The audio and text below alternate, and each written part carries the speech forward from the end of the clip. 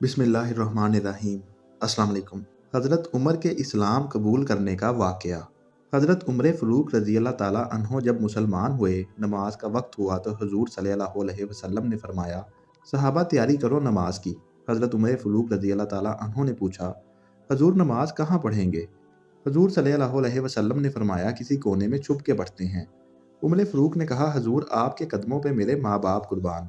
अगर अब भी छुप के नमाज पढ़ें तो उमर के मुसलमान होने का क्या फ़ायदा?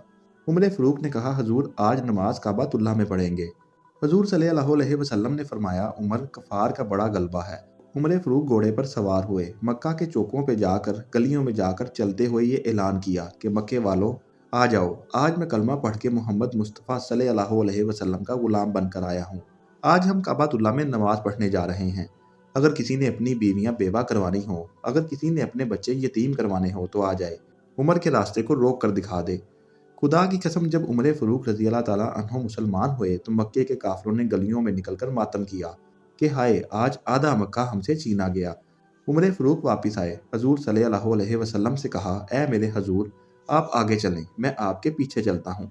बैतुल्लाह में नमाज पढ़ेंगे। मैं देखता हूँ किस काफिर की जुर्रत होती है जो हमारा रास्ता रोके। बासलामत बैतुल्लाह के दरवाजे पर पहुंचे। जब बैतुल्लाह का दरवाज़ा खोला तो मेरे नबी सल्लल्लाहु अलैहि वसल्लम ने खुशी में नारा तकबीर खुद बुलंद किया।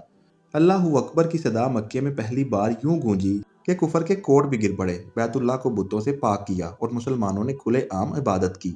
इस्लाम को ताकत मिली। और जब मेरे नबी ने मक्के से हिजरत की, उस वक्त भी उमर फ़ारूक ने अनोखी हिजरत की। सबसे पहले बैतुल्लाह का तवाफ़ किया, फिर घोड़े पे सवार हुए और मक्के की गलियों में ऐलान किया कि आज मैं हिजरत करके जा रहा हूँ मदीने, अपने महबूब मोहम्मद मुस्तफ़ा सल्लल्लाहु अलैहि वसल्लम के पास।